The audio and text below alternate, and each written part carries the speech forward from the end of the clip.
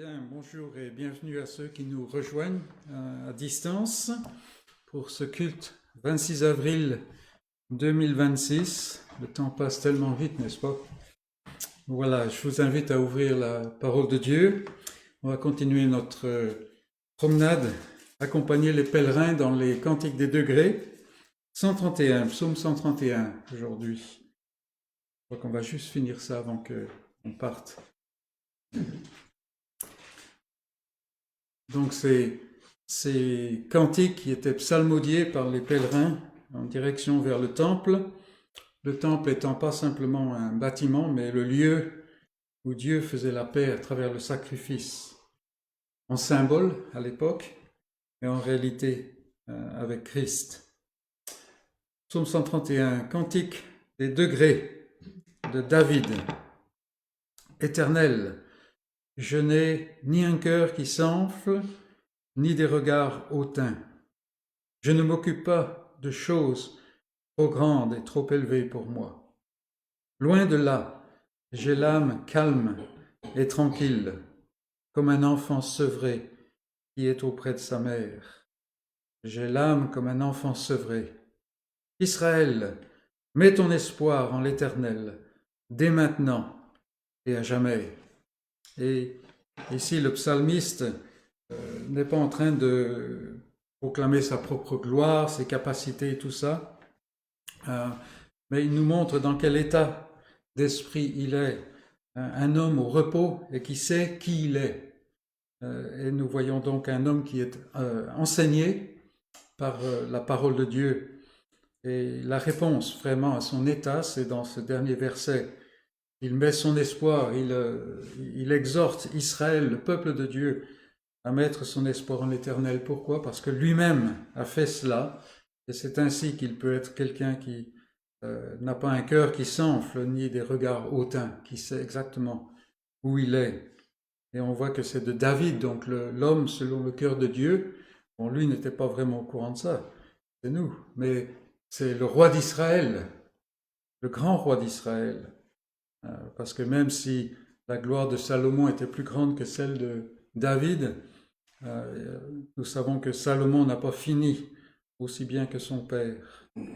Donc prenons l'exhortation et mettons notre espoir en l'Éternel dès maintenant et à jamais, parce que c'est l'héritage qui est réservé pour les enfants de Dieu. Prions. Seigneur notre Dieu, alors que nous venons ensemble ce matin pour adorer ton nom, nous nous courbons devant toi, Seigneur, et nous voulons fixer notre esprit sur le fait que nous sommes ce que nous sommes, Seigneur, issus d'une race entachée par le péché et la rébellion, mais des individus à qui, Seigneur, en Christ, tu as fait grâce, ou tout au moins tu te révèles pour faire grâce. Et Seigneur, nous nous courbons devant toi avec la louange dans le cœur et dans l'adoration, car tu es un grand Dieu. Tu n'es pas comme les divinités des hommes qui sont capricieuses, qui ont besoin d'être amadouées, pacifiées. Seigneur, nous ne pouvons pas te pacifier, mais toi, tu as fait la paix en Jésus-Christ. Et ce matin, alors que nous nous réunissons, nous avons conscience, Seigneur, que si nous sommes ici, ce n'est pas parce que nous l'avons voulu, mais c'est parce que tu nous as donné le désir. Tu as tourné nos pas vers l'assemblée. Et Seigneur, nous te supplions de venir te rencontrer avec nous, à la fois dans l'assemblée, mais aussi individuellement. Seigneur, nous avons tous des besoins, nous avons tous un cheminement, mais tu nous connais intimement. Et tu nous connais d'une manière plus objective que nous-mêmes, nous nous connaissons. Viens, Seigneur, et par ton esprit, répands ce baume de Galaad qui était pour la guérison, ce baume qui est Christ. Donne-nous, Seigneur, voir que si les hommes peuvent nous tendre des pièges et être des obstacles, toi, en Christ, Seigneur, tu es propice. Et donne-nous de nous réjouir, Seigneur. Nous devons reconnaître devant toi que nous sommes lents à nous réjouir. La joie n'est peut-être pas ce qui nous caractérise le plus. Donne-nous les joies de ton salut. Nous te prions, ô notre Dieu, en Jésus-Christ. Amen. Et notre premier cantique ce matin, c'est le 292. Là encore, une exhortation que tout genou fléchisse devant ta majesté. Et c'est ce que nous voulons faire, et c'est ce que nous voudrions que plus de gens fassent aujourd'hui. Et c'est pour cela que nous demandons au Seigneur de nous accompagner quand nous rencontrons les autres. Le 292.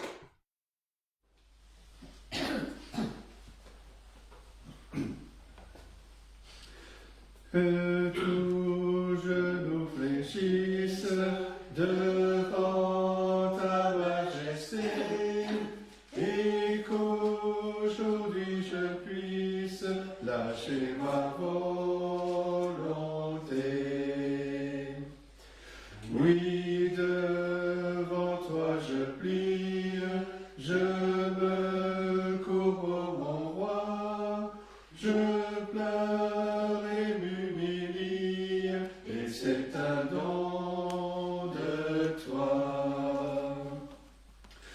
Que tout ce qui s'élève en moi soit abaissé, que mon cœur de ton glaive, s'il le faut, soit percé.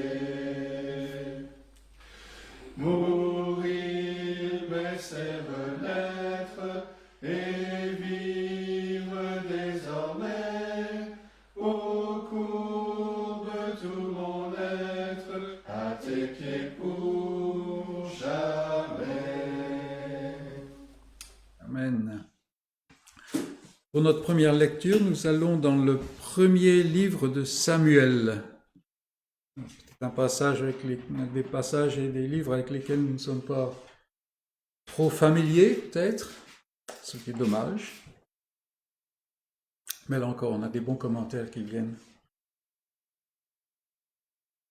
Donc, 1 Samuel 17, et nous allons commencer la lecture au verset 55, près de la fin du chapitre.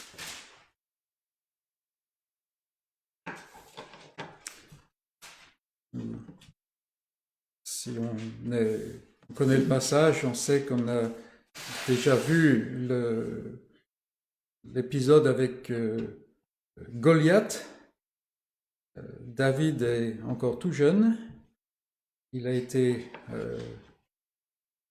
quémandé pour jouer de la musique en présence de Saül dans son palais, parce que Saül a été divesti de la royauté. Il ne le sait pas encore, mais il y a un mauvais esprit qui le fait, qu'il l'afflige de temps à autre. Ok, 1 Samuel 17, verset 55. Lorsque Saül avait vu David marcher à la rencontre du Philistin, Goliath, il dit à Abner, chef de l'armée, « De qui ce jeune homme est-il fils ?» Abner répondit, « Aussi vrai que ton âme est vivante, ô roi, je l'ignore. Informe-toi donc, de qui ce jeune homme est fils, dit le roi. » Et quand David fut de retour après avoir tué le Philistin, Abner le prit et le mena devant Saül. David avait à la main la tête du Philistin.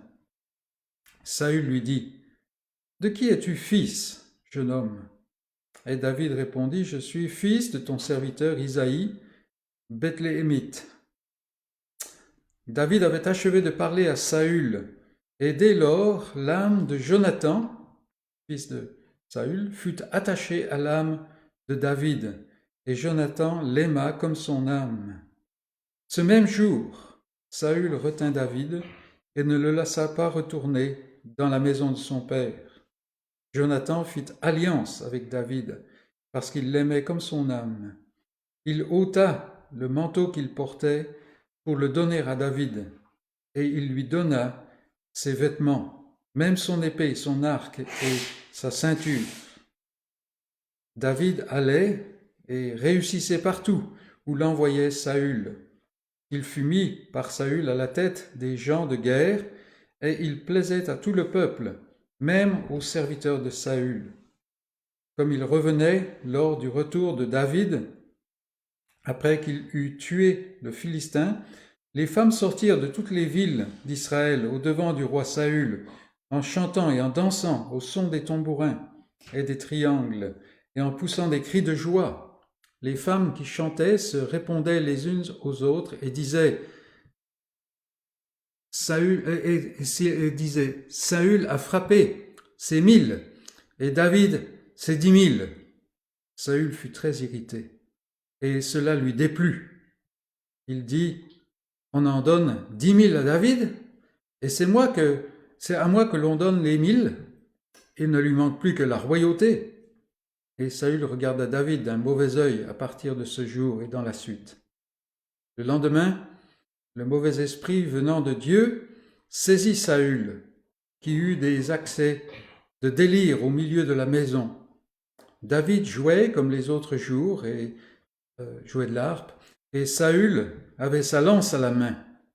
Saül leva sa lance, disant en lui-même, « Je frapperai David contre la paroi. » Mais David se détourna de lui 2 fois.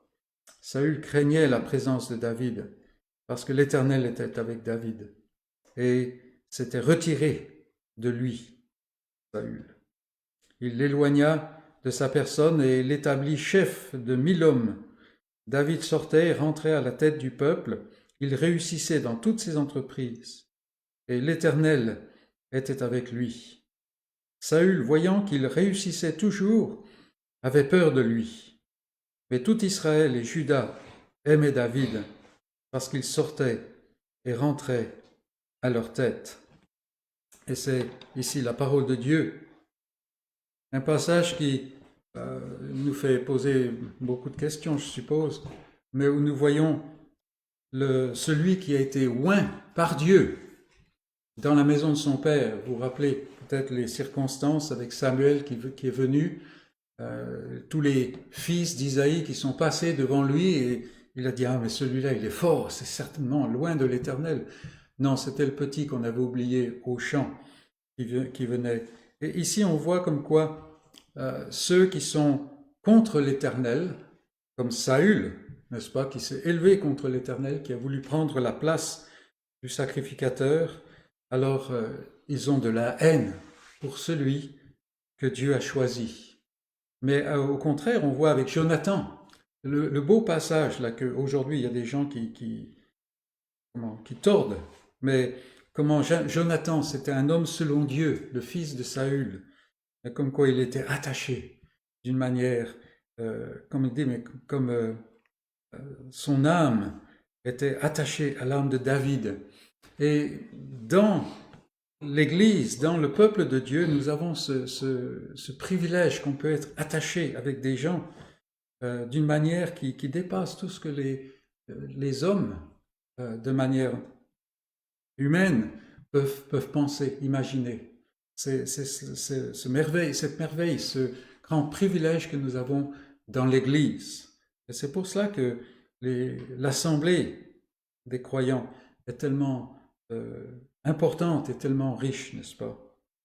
Et ici, David, tout lui réussissait, mais les nuages sombres commençaient à s'amonceler avec Saül. Et si vous continuez la lecture, vous verrez que pendant plusieurs années maintenant, il va y avoir des embûches jusqu'à la mort de Saül, et puis même après. Et c'est une leçon pour nous, parce que maintenant David a été oint comme roi, le roi d'Israël qui était en place, qui avait été rejeté, est mort, et pendant, n'est-ce pas? Et quand on voit celui qui est plus grand que David, n'est-ce pas? Celui qui est né, il était comme un faible rejeton, personne posait les regards sur lui, et quand ils ont commencé à poser les regards sur lui, la même chose, on avait la haine de ceux qui voulaient se mettre à la place de Dieu, et l'amour de ceux, ou disons l'intérêt de ceux qui étaient face à leur propre péché. On se rappelle que les gens de mauvaise vie s'attroupaient autour de Jésus, ce qui énervait beaucoup les autres, n'est-ce pas? Et de la même manière que Jésus s'est élevé comme un petit rejeton et qu'il a été affligé toute sa vie, le croyant doit marcher dans les mêmes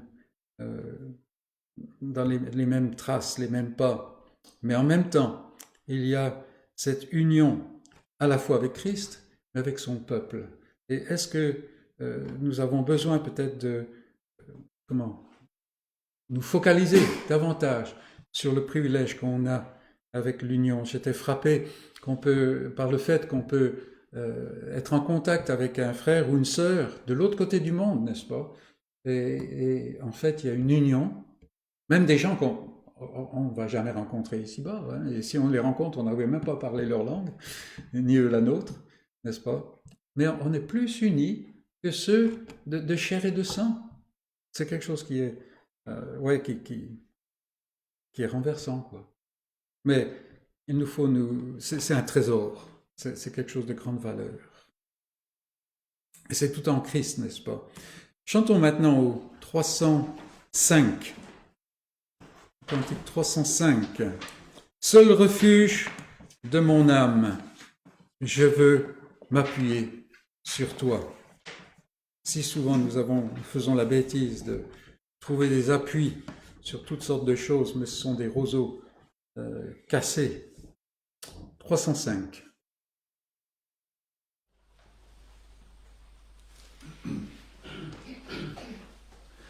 Seul refuge de mon âme, je veux m'appuyer sur toi. La paix que mon cœur réclame est à tes pieds, ô mon roi. Jésus Sauveur, que je t'aime, ô toi qui mourus pour moi, et qui donne dans le ciel même qu'un jour je règne avec toi. Sur ta croix, victime sainte, mon péché fut expié. Plus d'angoisse, plus de crainte, ton sang m'a purifié. Jésus Sauveur, que je t'aime, ô toi qui mourus pour moi, et qui veux dans le ciel même qu'un jour je règne avec toi. Il n'est aucune autre chose qui puisse apaiser mon cœur. En toi seul je me repose, en toi mon puissant Sauveur. Jésus Sauveur, que je t'aime, ô toi qui mourus pour moi, et qui veux dans le ciel même qu'un jour je règne avec toi. À toi Jésus j'abandonne mon cœur, mon âme et mes jours. Quand moi ton amour rayonne, je veux te servir toujours. Jésus Sauveur, que je t'aime, ô toi qui mourus pour moi, et qui veux dans le ciel même qu'un jour je règne avec toi. Pour notre deuxième lecture, nous allons donc dans le Nouveau Testament, un passage qui, lui, au contraire, est bien connu, Actes, chapitre 17. la venue de Paul et Silas à Thessalonique. C'est intéressant de voir que quand Paul et Barnabas ont commencé leur premier voyage missionnaire, ils ont parcouru une certaine partie de ce que nous on appelle la Turquie moderne, ce qui en fait était l'Asie mineure à l'époque, avec pas mal de provinces. Et ça n'est que lors du deuxième voyage missionnaire que l'évangile est passé en Macédoine et puis donc en Achaïe, tout ce que est la Grèce maintenant en gros. Mais vous vous rappelez quand Paul, le vieillard, écrit à Timothée, il parle tous ceux d'Asie m'ont abandonné. Mais les gens de Macédoine et tout ça étaient ceux, comme les gens de Philippe par exemple, étaient ceux qui pourvoyaient, même financièrement, aux frais de la mission et tout ça. Mais ceux à qui il avait été donné au départ, c'était détourné de l'apôtre. Alors, on ne sait pas de quelle manière ou quoi, mais c'est intéressant de voir comment le Seigneur, des fois, développe des bases là où on ne le pense pas. Mais voilà, Paul et Silas, maintenant, arrivent à Thessalonique. On passait à Philippe, maintenant c'est Thessalonique. Paul et Silas passèrent par Amphipolis et Apollonie, et ils arrivèrent à Thessalonique, où les Juifs avaient une synagogue. Paul y entra, selon sa coutume. Pendant 3 sabbats, il discuta avec eux, d'après les Écritures, expliquant et établissant que le Christ devait souffrir et ressusciter des morts.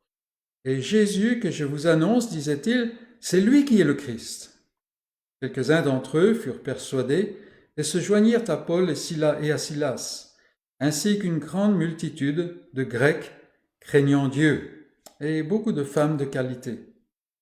Mais les Juifs, les chefs des Juifs de la synagogue, jaloux, prirent avec eux quelques méchants hommes de la populace, provoquèrent des attroupements et répandirent l'agitation dans la ville.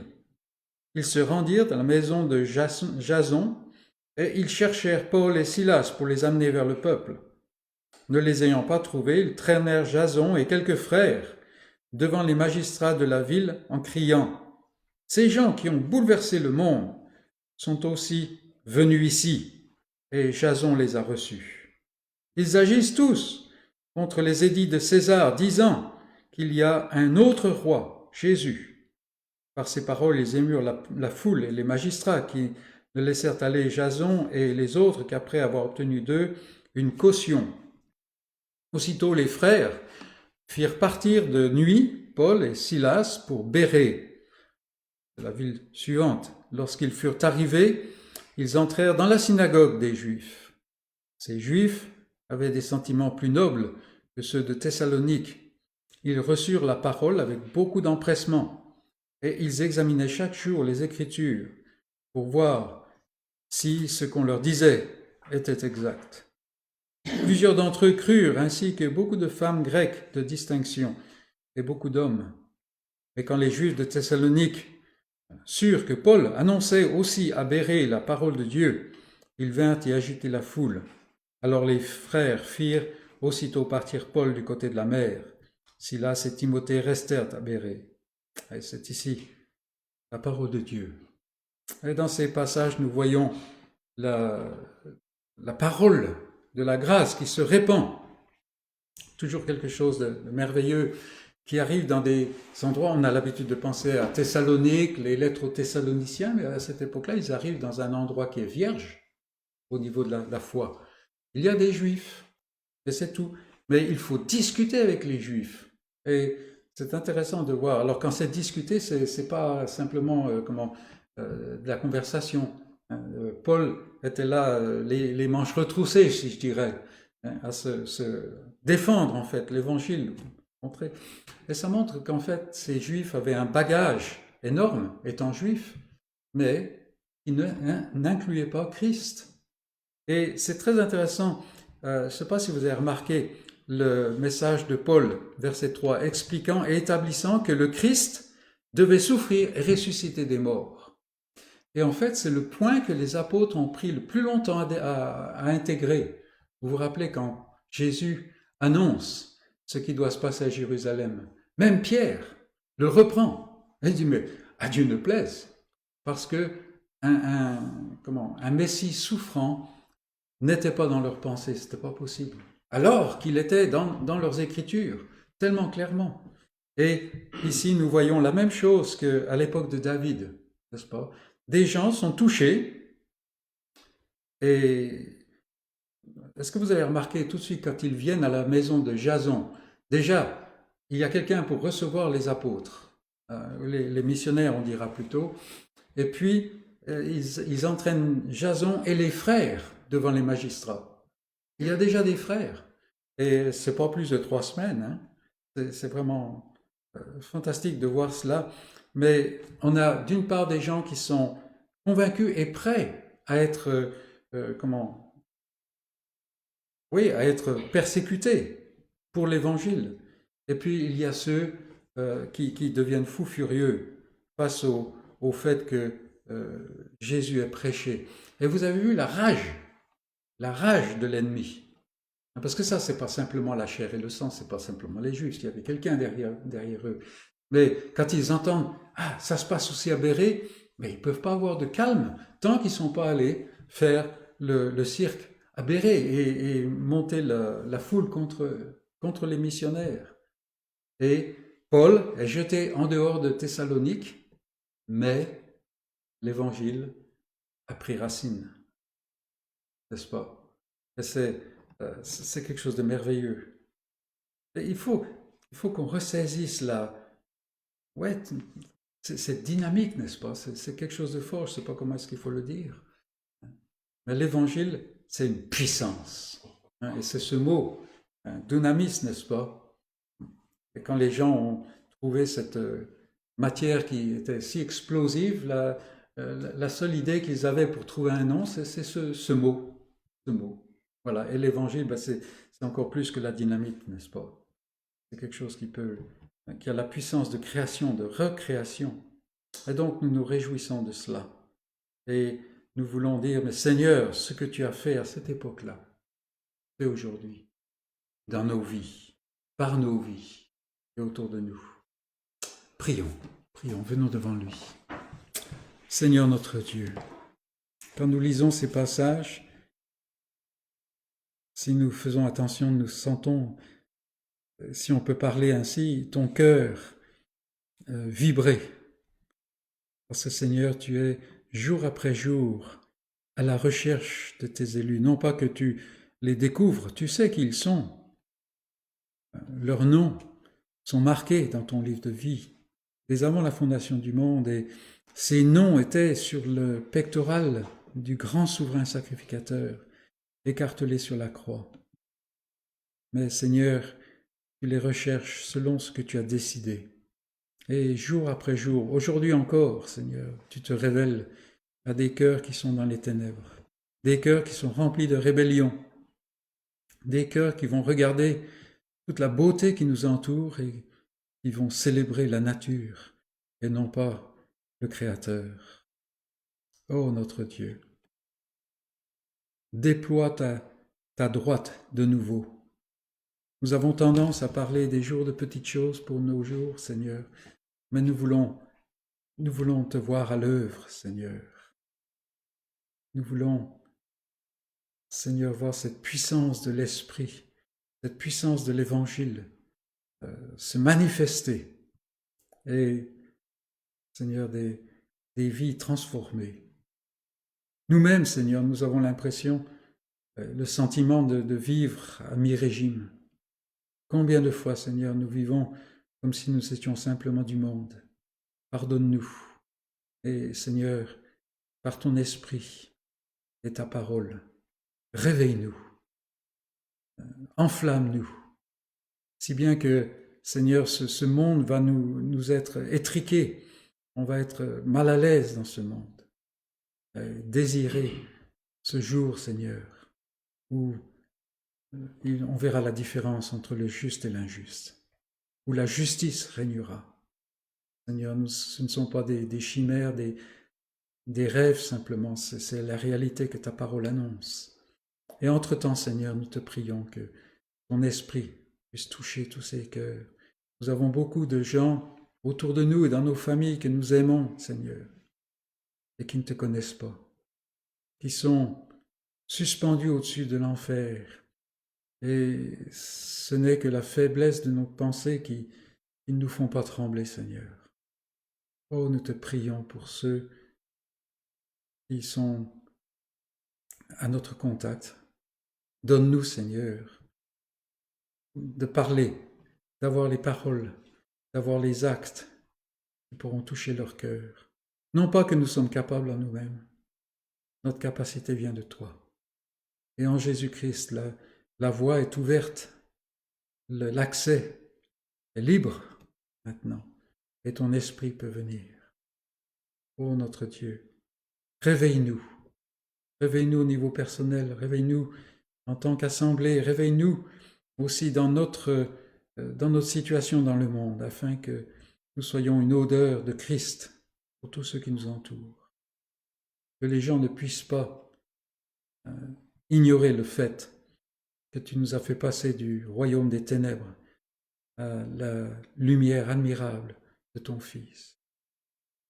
Seigneur, parle dans le Saint-Livre, nous te prions, et donne-nous de renoncer à toutes ces choses qui ne sont pas, qui ne méritent rien, ces choses étincelantes du monde qui ne sont que des imitations. Et donne-nous, Seigneur, de marcher dans les pas de Christ. Prions pour ton Église, Seigneur, avec un grand E. Cette Église qui remplit le monde, qui est dans tous les pays. Quand nous voyons tous ces drapeaux, Seigneur, nous pouvons penser que dans chacun d'eux, même les plus improbables, il y a des cœurs, Seigneur, qui veulent t'honorer, des cœurs qui t'adorent, des cœurs qui se courbent devant toi, même dans les cultures les plus improbables, les plus impossibles. Et Seigneur, nous entendons parler de ceux qui sont persécutés. Et oui, nous nous affligeons pour eux, nous prions pour eux, mais nous nous réjouissons aussi de ce qu'il y ait des gens qui soient prêts à se tenir pour toi, dans des lieux où ton nom était inconnu encore. Seigneur, sois avec ton Église, partout où elle est, ceux qui sont dans la faiblesse, ceux qui sont dans la maladie, ceux qui sont persécutés, ceux qui sont à l'aise en Sion et dans le monde en même temps, ayant oublié que le monde, c'est inimitié avec toi. Seigneur, sois avec ton Église aujourd'hui. Et dans ta parole, Seigneur, révèle-toi. Nous pensons à des tas d'endroits où on va utiliser ta parole, mais d'une manière simplement un peu comme une animation, un divertissement, ou pour faire venir des idées d'hommes. Seigneur, ce n'est pas nouveau. Mais nous te prions que, au milieu de tout cela, toi tu te révèles, l'Éternel des armées, celui qui est tout-puissant, et que tu transformes des ministères, que tu transformes des cœurs, que tu transformes des assemblées. Tu peux le faire, tu l'as déjà fait.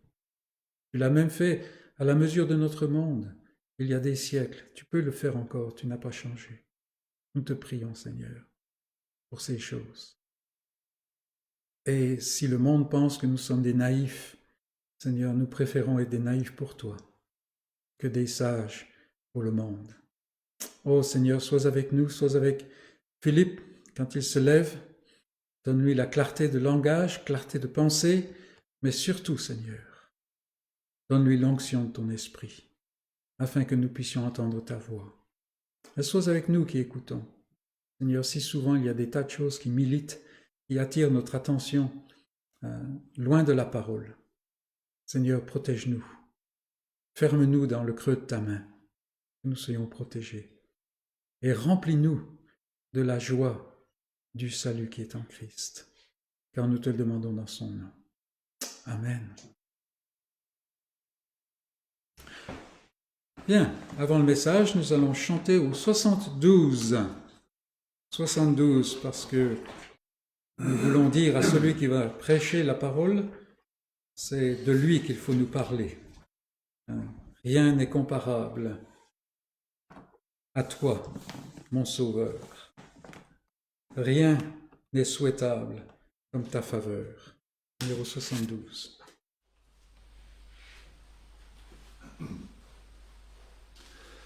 Rien n'est comparable à toi, mon Sauveur. Rien n'est souhaitable comme ta faveur. Sauveur adorable, je t'ouvre mon cœur. Rien n'est comparable à toi, mon Sauveur. Céleste merveille, divine splendeur, tendrement tu veilles à notre bonheur. Grâce sans pareille, tu remplis mon cœur. Rien n'est comparable à toi, mon Sauveur. Et quand je contemple toute ta splendeur, amour sans exemple, je t'ouvre mon cœur, pour qu'il soit ton temple à jamais, Seigneur. Rien n'est comparable à toi, mon Sauveur. Ô source féconde de toute douceur, tu ne vas au monde que pour le pécheur. Bonté sans seconde, je t'ouvre mon cœur. Rien n'est comparable à toi, mon Sauveur.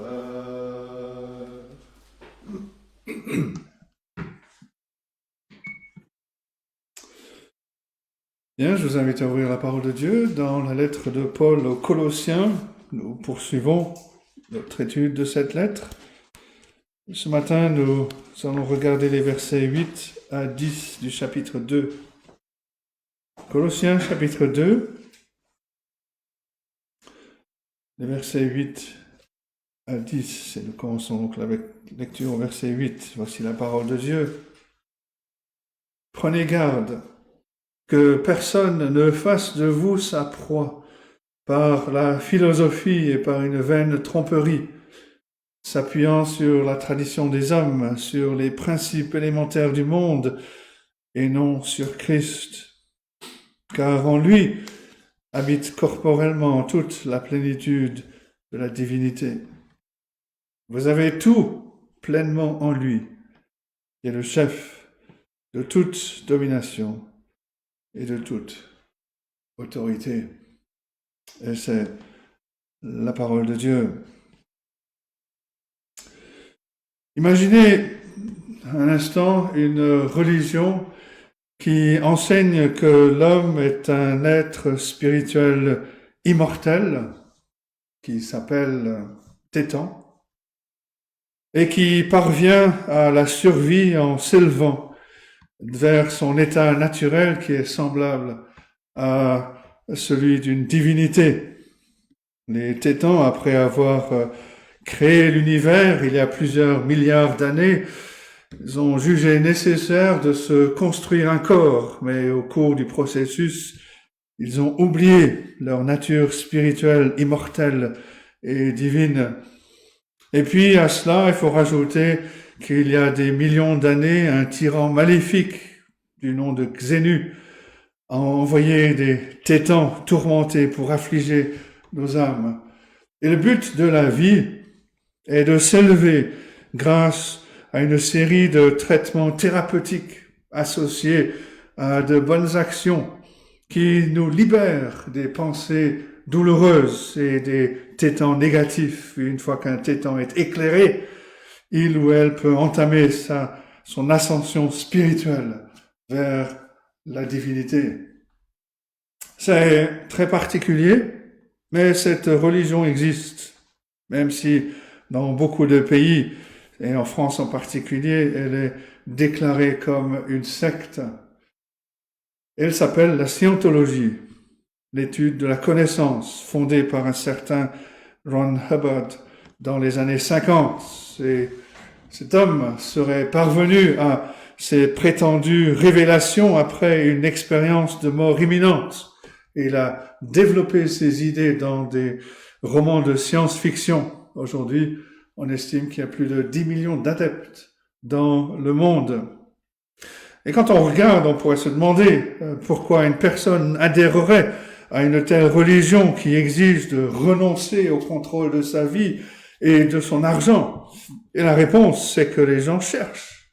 Ils cherchent des réponses aux difficultés de la vie. Un observateur écrit ceci, il est étonnamment facile pour des personnes intelligentes de fonder leur vie sur ce qui s'avérera finalement n'être rien. On les voit debout au coin des rues, vendant leurs tracts. On voit des vastes empires religieux maintenus par une sociologie asservissante, dont il est presque impossible de s'échapper. Mais un phénomène similaire s'est produit dans la ville de Colosse, où la fusion du mysticisme grec et du légalisme juif ont mis au défi la jeune Église chrétienne. Et même si les idées de la scientologie et du gnosticisme ne sont pas identiques, elles sont quand même étroitement liées. Toutes les deux parlent d'un esprit bon, d'un esprit immortel qui serait emprisonné dans un corps matériel et qui s'élève vers la libération, vers la divinité grâce à une connaissance secrète et à une discipline ascétique. Et tout comme la scientologie, le gnosticisme prétendait être compatible avec le christianisme, allant même à prétendre constituer une avance du christianisme vers une liberté qui serait supérieure. Et l'apôtre Paul écrit à Colosse, il écrit cette lettre pour protéger les Colossiens d'une forme primitive du gnosticisme qui était en train de se développer. Et il insiste au contraire sur la suffisance totale, la pleine suffisance du Seigneur Jésus-Christ. Il attaque les fondements de ce faux enseignement. Il souligne qu'il constituait une vaine tromperie fondée sur la tradition des hommes, sur les principes élémentaires du monde. On a vu que au début du cœur de cette lettre, dans les versets 6 et 7, que l'apôtre Paul a exhorté ses lecteurs à être fermement ancrés en Christ. Et maintenant, il aborde de manière plus complète, plus explicite, l'enseignement auquel ses lecteurs étaient confrontés. Et ici aussi, il prescrit le remède approprié, à savoir que toutes les vérités doivent être jugées selon Christ. C'est la responsabilité des anciens, des pasteurs, de mettre en garde les croyants, les assemblées contre les menaces les plus mortelles qui pèsent sur le bien-être spirituel des croyants, comme le fait l'apôtre Paul ici au début de notre passage au verset 8. Prenez garde.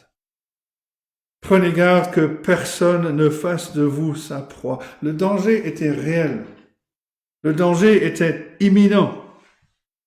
Ces jeunes croyants risquaient de troquer leur liberté en Christ contre un esclavage.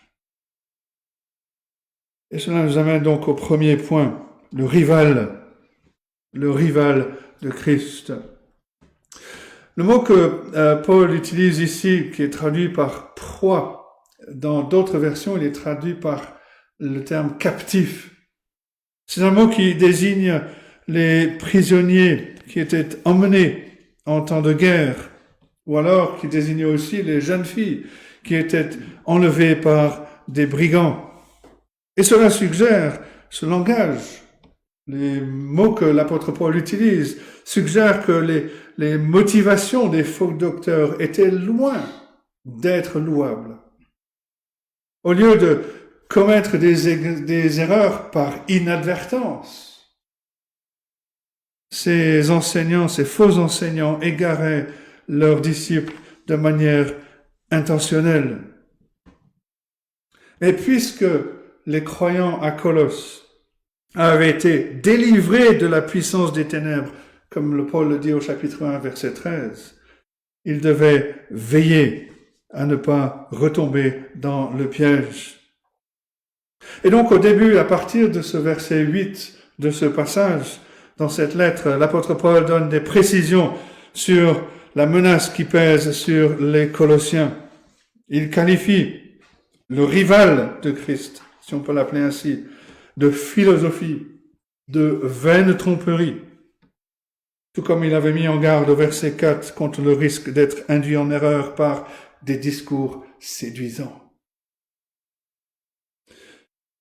Par philosophie, l'apôtre Paul ne fait pas référence à la discipline universitaire qui est la philosophie aujourd'hui, même si ces mises en garde s'appliquent toujours à certains courants de pensée contemporains. La philosophie, c'est un terme qui signifie l'amour de la sagesse. C'est une activité qui est nécessaire, qui est même indispensable, incontournable dans la vie. Chacun a sa propre philosophie, même si c'est pas toujours un raisonnement clair dans notre tête. Mais c'est bénéfique pour le croyant de réfléchir aux principes de la logique, et cela ne menace en rien notre foi. Au contraire, une faculté de raison qui est bien formée va nous aider dans l'étude de la théologie.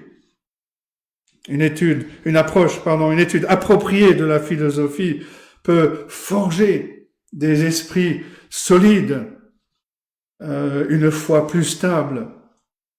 Mais le principal danger de la philosophie, cela vient quand elle part de présupposés qui sont contraires à la parole de Dieu.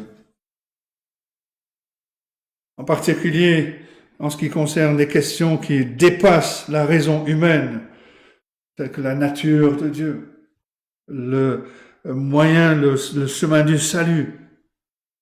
Dans le monde antique, à l'époque même de l'apôtre Paul, la philosophie abordait des théories sur Dieu, sur l'éthique, sur le sens de la vie, sur le chemin du salut. Mais quand ces schémas ne s'appuyaient pas sur la parole de Dieu, il en résultait des illusions trompeuses. Et ce genre de philosophie ne pouvait que s'éloigner de Dieu et mener à un esclavage. Au IIe siècle, à la fin du IIe siècle, un philosophe de l'Église primitive, Justin de Naplouse, parfois appelé Justin Martyr, écrit ceci, il dit « Ni les poètes ni les philosophes ne sont des auteurs aptes à instituer une religion, mais Dieu seul, par révélation. » Et depuis le siècle des Lumières, la philosophie occidentale a été dominée par le naturalisme athée. Et ce qui a pour conséquence de laisser derrière elle cette trace d'une vaine tromperie à laquelle l'apôtre Paul fait référence. Les effets se sont même manifestés dans la vie même des philosophes. Le philosophe allemand, par exemple, du 19e siècle, Nietzsche, avait horreur du christianisme. Il considérait comme une religion pour les faibles. Il déclarait que Dieu était mort. Mais il ne pouvait pas vivre avec les implications de son idéologie du surhomme Ses opinions l'ont accablé. Il frissonnait d'horreur à l'idée même d'être responsable de tout ce qu'il vit.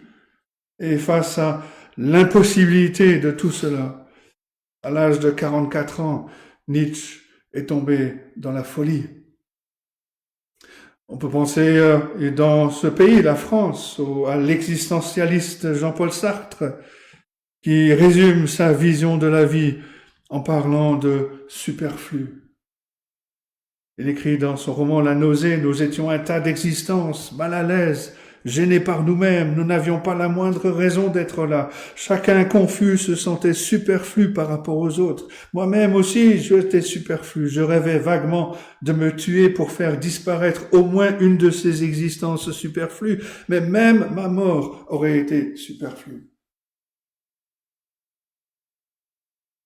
Francis Schaeffer, le philosophe chrétien, explique que la rébellion du philosophe sceptique, la rébellion contre Dieu, le précipite au-delà de la ligne du désespoir.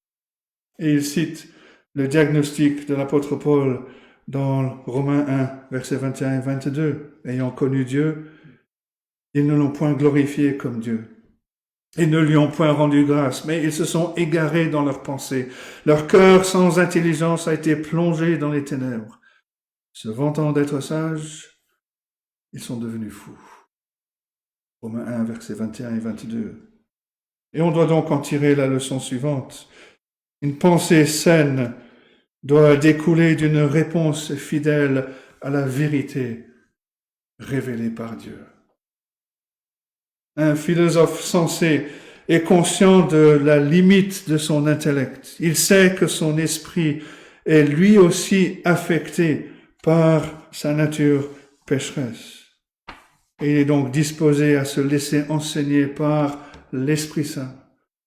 Et il reconnaît que c'est la parole de Dieu plutôt que sa propre raison qui est l'arbitre ultime de la vérité.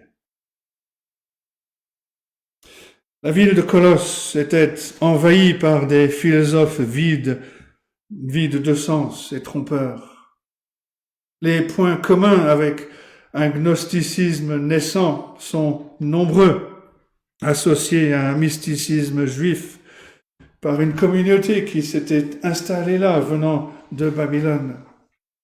Et bien que l'apôtre Paul n'identifie pas précisément l'hérésie qu'il doit combattre, il en donne quand même 3 descriptions. Tout d'abord, il la décrit comme s'appuyant sur la tradition des hommes.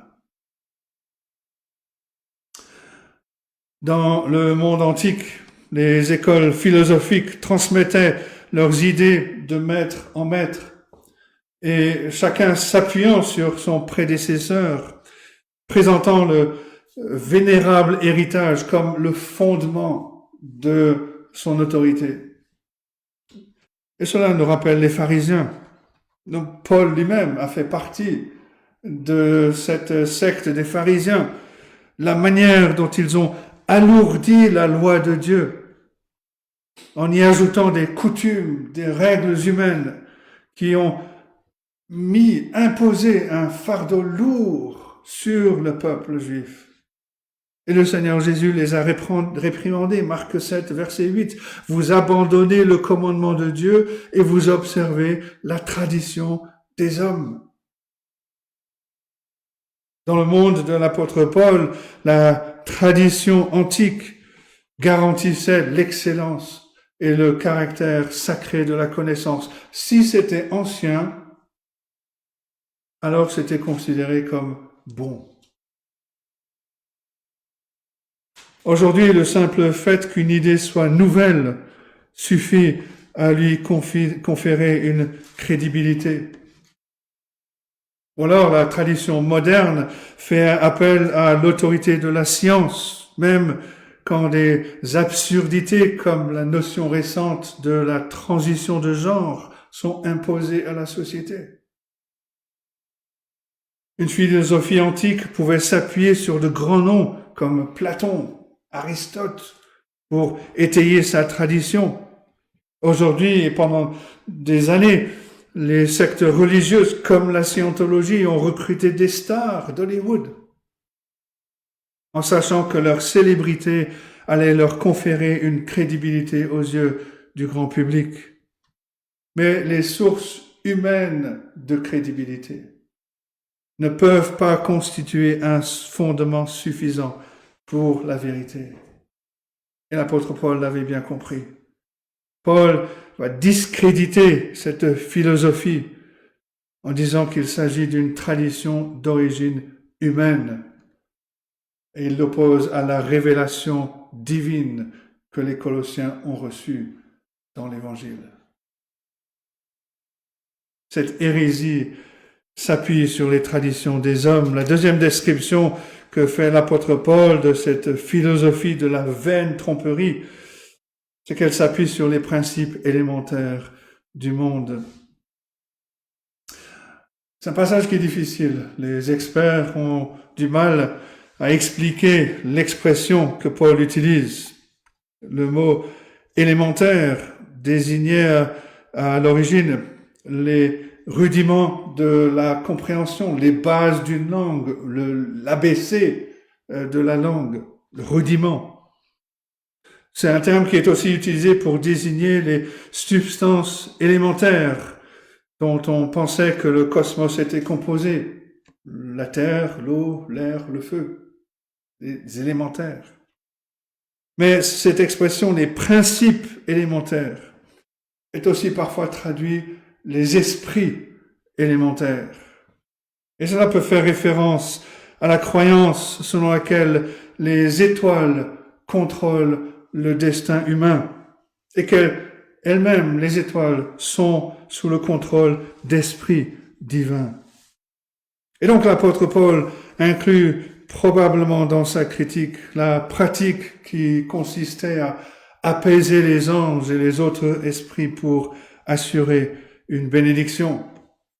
Pour les habitants de villes comme Colosse, une grande partie de leur vie religieuse visait à éloigner le mal, à apaiser les esprits malveillants, à invoquer l'aide des bons esprits pour s'assurer la bonne fortune. Et comme Paul, un peu plus loin, au verset 18, va condamner le culte des anges, il est pratiquement certain qu'il fait ici référence à un mysticisme superstitieux qui viendrait se substituer à la confiance en Jésus-Christ seul. Dans sa lettre aux Galates, au chapitre 4, verset 9, Paul utilise le même mot pour mettre en garde contre le légalisme des judaïsants. Et il laisse entendre qu'il fait référence non seulement aux pratiques païennes, mais aussi aux pratiques juives d'astrologie et d'adoration des anges. Si on lit Galates 4 à partir du verset 8, il écrit ceci: « Autrefois, ne connaissant pas Dieu, vous serviez des dieux qui ne le sont pas de leur nature, mais à présent que vous avez connu Dieu, ou plutôt que vous avez été connus de Dieu, comment retournez-vous à ces faibles et pauvres principes élémentaires auxquels vous voulez vous asservir encore? Vous observez les jours, les mois, les temps, les années, etc. » Et cette pratique s'était insinuée dans la pensée juive à tel point que quand on a découvert les manuscrits de la mer morte qui provenaient de la communauté des Esséniens, on a aussi découvert à côté des manuscrits de la parole de Dieu, on a découvert des cartes du zodiaque. L'apôtre Paul condamne ces spéculations comme une vaine tromperie qui maintiendrait les Colossiens dans la captivité, dans l'esclavage. Si les croyants doivent veiller à éviter toute forme d'occultisme, nos superstitions actuelles tendent à prendre des directions différentes.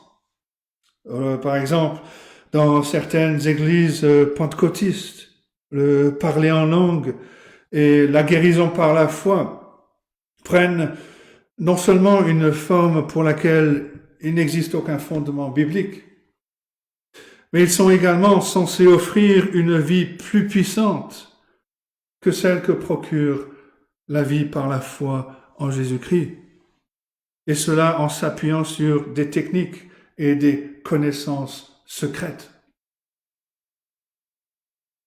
Dans le monde, la grande superstition de la culture occidentale, c'est l'idée que l'argent est la clé de tout bonheur, de toute sécurité. Bien entendu, l'argent a de nombreuses utilisations louables et les chrétiens doivent travailler dur pour disposer de ressources suffisantes pour pourvoir aux besoins de leur famille, pour soutenir l'Église. Mais le mythe trompeur selon lequel la prospérité spirituelle est liée à la richesse financière telle qu'elle est aujourd'hui enseignée dans beaucoup d'endroits qui prônent l'évangile de la prospérité. Ce mythe a conduit à un sillage de vide, d'esclavage, qui n'est pas très différent de celui de la philosophie athée dont on a fait allusion tout à l'heure.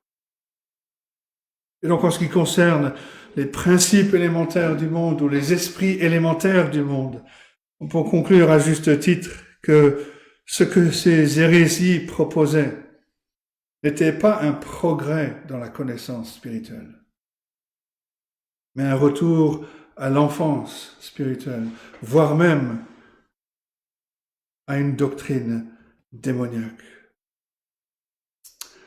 Mais l'apôtre donne une troisième description de cette philosophie, après l'avoir qualifiée de vaine et de trompeuse.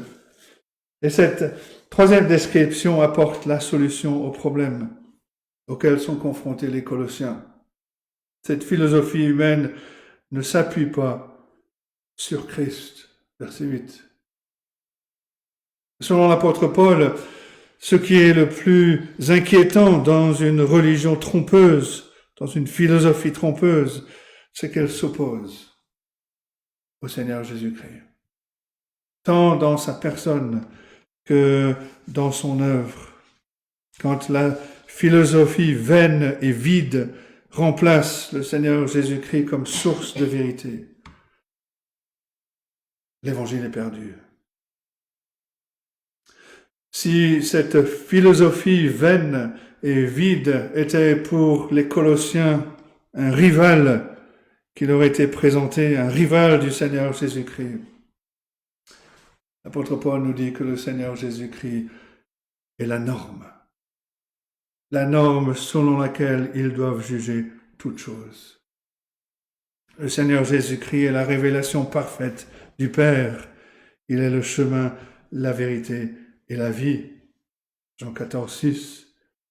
Il est l'étoile polaire de la théologie, la norme à laquelle toute doctrine doit être mesurée, tout système, quelles que soient ses revendications ou ses prétentions, doit être rejeté s'il ne se conforme pas à la révélation que Dieu nous a donnée en Jésus-Christ, son Fils.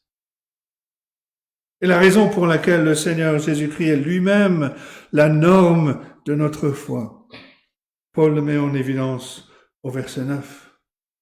En lui habite corporellement toute la plénitude de la divinité.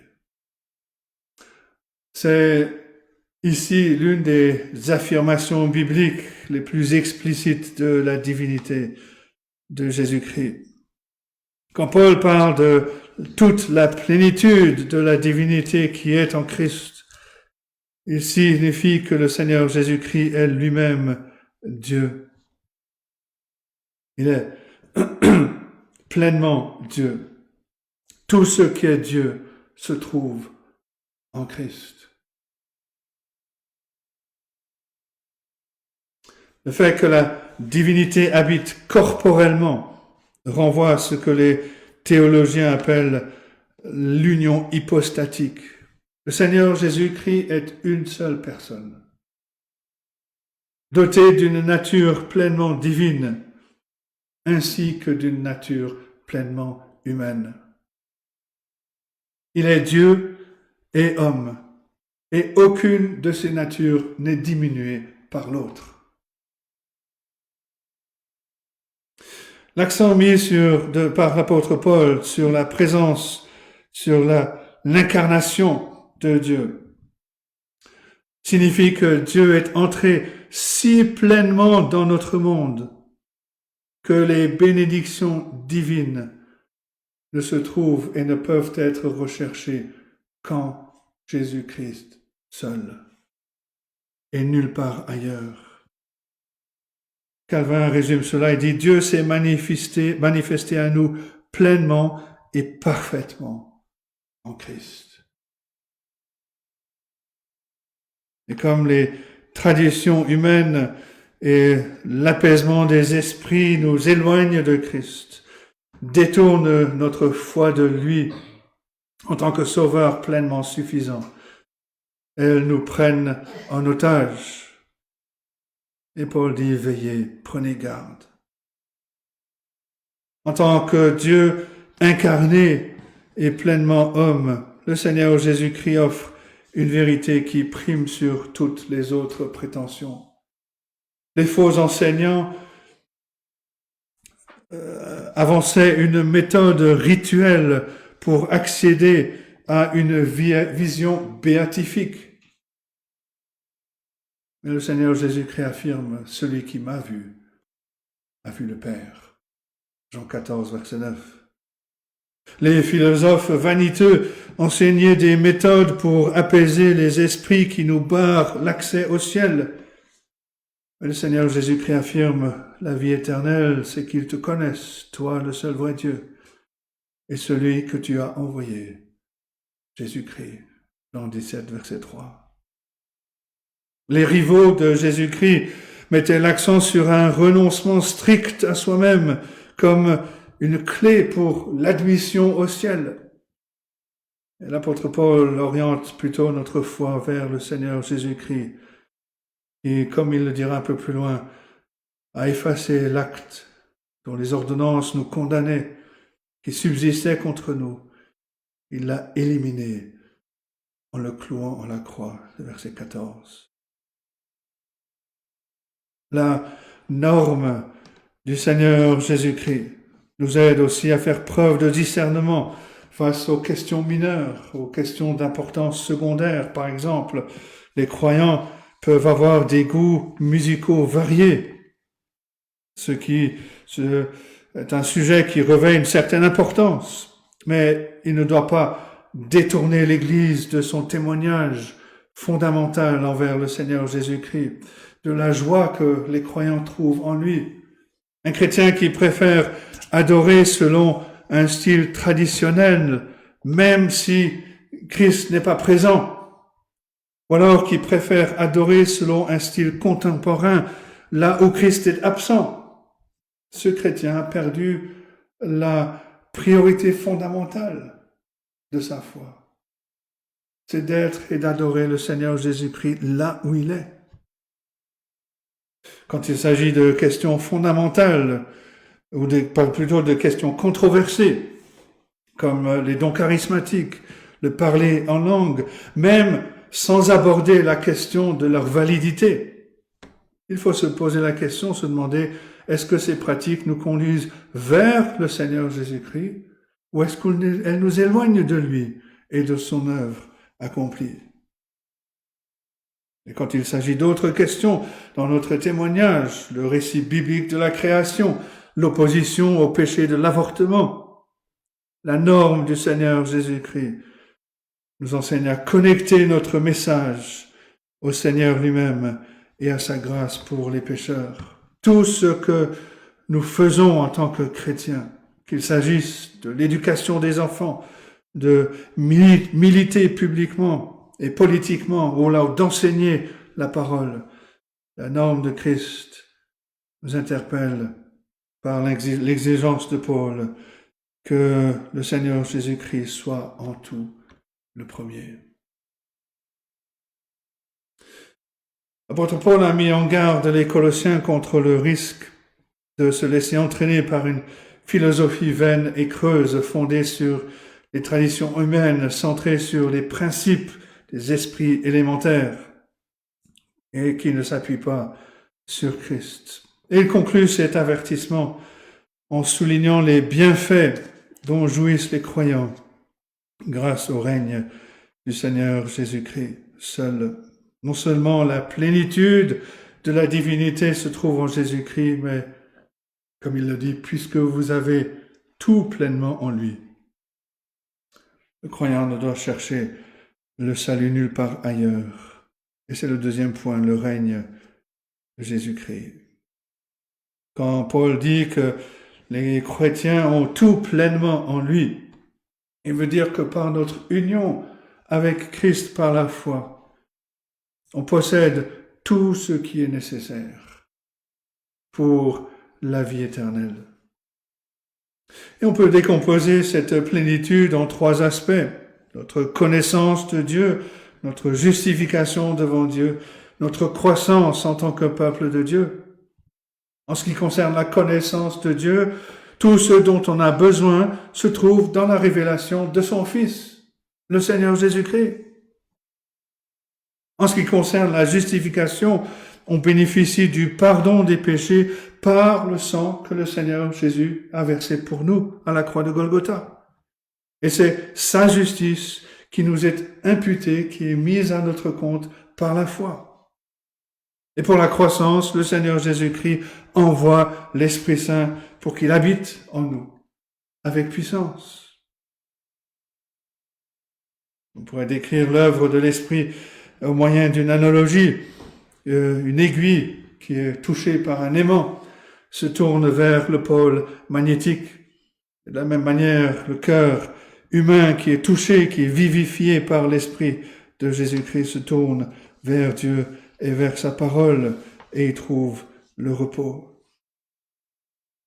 Mais on peut aussi aborder cette plénitude en Jésus-Christ à travers les trois fonctions pour lesquelles il a été oint: prophète, sacrificateur et roi.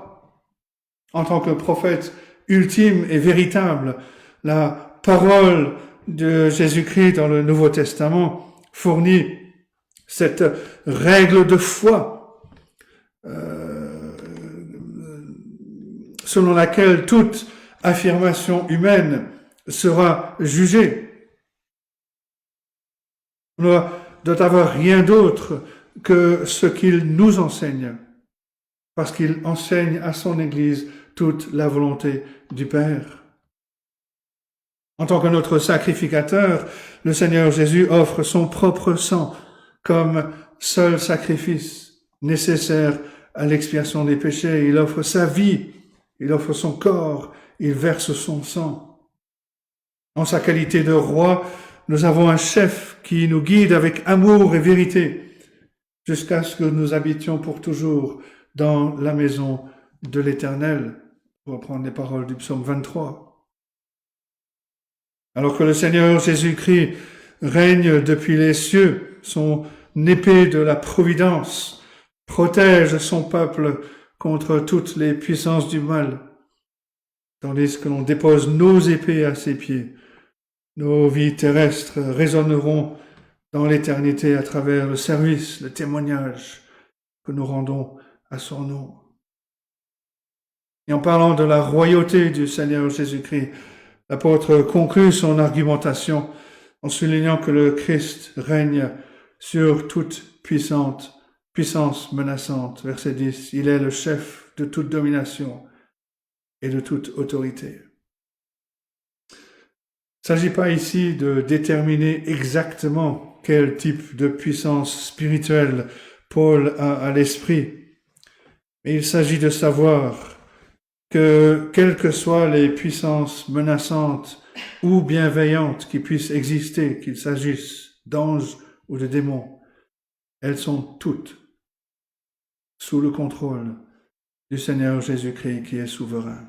Il est le chef de toute domination, de toute autorité. Le Seigneur Jésus-Christ n'est pas simplement un maillon dans une hiérarchie d'émanation, comme l'enseignaient les gnostiques. Et on n'a pas besoin des prières des saints ou de l'intercession de Marie pour nous défendre au ciel. L'apôtre nous a déjà dit que le Seigneur Jésus-Christ est le premier-né de toute la création.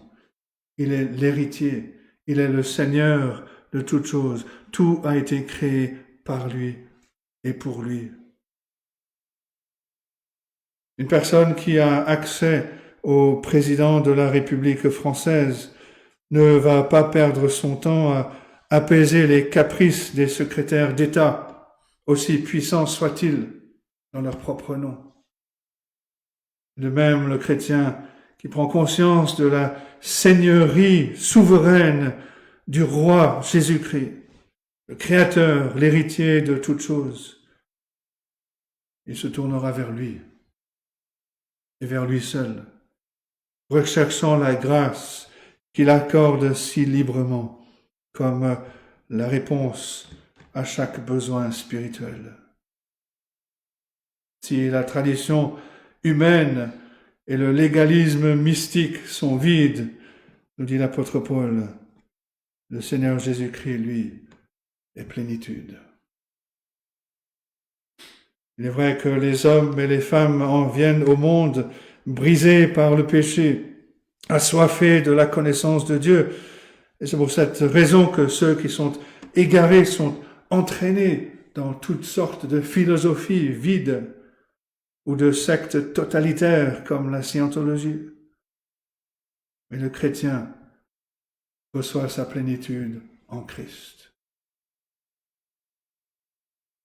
En Jean 1, verset 16, nous lisons « Nous avons tous reçu de sa plénitude, et grâce sur grâce. » En union avec le Seigneur Jésus-Christ, tous nos besoins spirituels sont pleinement comblés. En possédant Christ, nous possédons tout. Il n'est donc pas nécessaire pour le chrétien de se tourner vers une autre source pour obtenir de l'aide spirituelle. Si nous suivons ce conseil d'Hébreux 12, verset 2, ayant les regards sur Jésus, il sera inconcevable que l'on cherche ailleurs qu'en lui notre sécurité et notre pleine satisfaction. L'apôtre Paul a commencé son exhortation en nous mettant en garde contre le risque d'être emporté par une vaine tromperie. Il en découle que par une vie simple, une vie de foi simple en Christ, faisant confiance à sa grâce, en se consacrant à marcher dans l'obéissance et l'amour, on mène une vie riche, une vie épanouie. Le monde d'aujourd'hui prétend que pour mener une vie qui a du sens, il faut devenir puissant, il faut devenir beau, socialement influent ou riche. Il est vrai que Dieu peut nous appeler à exercer le pouvoir. Il peut nous avoir donné une beauté naturelle. Il peut nous avoir placés dans une position sociale éminente. Il peut nous avoir dotés de richesses matérielles. Mais la liberté du chrétien consiste à ne pas avoir besoin de ces choses pour être pleinement béni. Aujourd'hui, mais aussi pour l'éternité. Parce que nous sommes bénis et nous avons tout en Christ. On est libre de jouir de tout ce que l'on est et de tout ce que l'on a en Christ et de pouvoir l'offrir en retour en son service pour sa gloire. Il s'avère que le message qui nous donne une identité pleine d'espoir, c'est pas un récit de science-fiction au sujet d'anciens tétans ou l'invasion d'un tyran fou. Et plutôt ce simple refrain que peut-être vous avez chanté à l'école du dimanche. Jésus m'aime, je le sais, car la Bible me le dit. Le Seigneur Jésus appelle ses fils et ses filles bien-aimés à la liberté en lui. Jean 8, 31-32, si vous demeurez dans ma parole, vous serez vraiment mes disciples, vous connaîtrez la vérité et la vérité vous affranchira. vous avez tout pleinement en Christ. Prenez donc garde que personne ne fasse de vous sa proie. Que Dieu nous aide à méditer ces choses, qu'il bénisse sa parole à nos cœurs. Amen.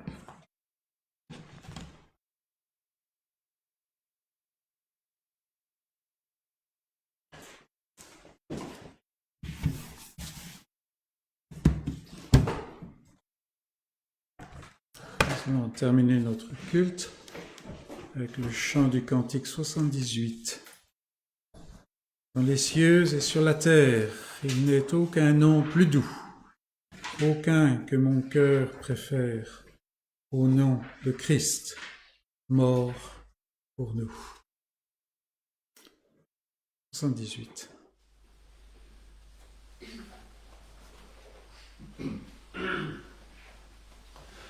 Dans les cieux et sur la terre, il n'est aucun nom plus doux, aucun que mon cœur préfère, au nom de Christ mort pour nous.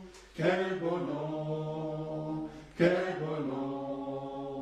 porte loin de l'éternel. Quel beau nom,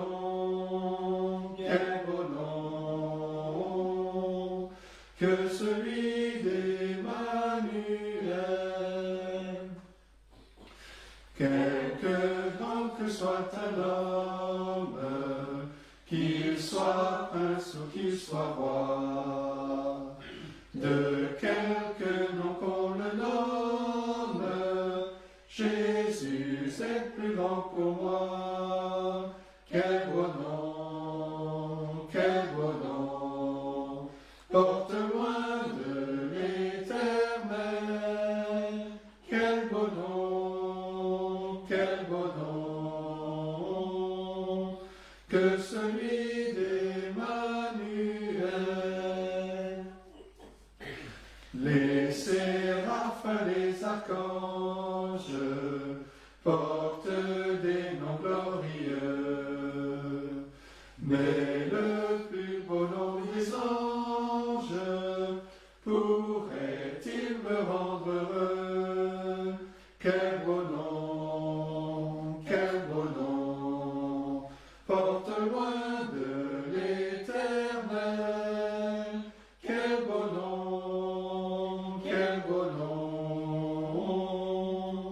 que celui d'Emmanuel. Dans les mots Jésus soulage, il guérit l'esprit froissé, il ranime le courage du cœur le plus oppressé. Quel beau nom, porte loin de l'éternel. Quel beau nom, que celui d'Emmanuel.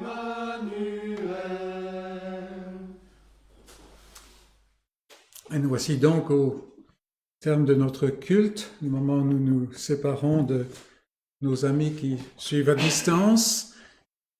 Gardez ces choses en esprit, ruminez-les pendant toute la semaine. Aujourd'hui, on a des moyens de revenir sur ce qui a été dit et soyons enrichis par la parole de Dieu. Que le Seigneur soit avec chacun d'entre vous. Bon dimanche, bonne semaine.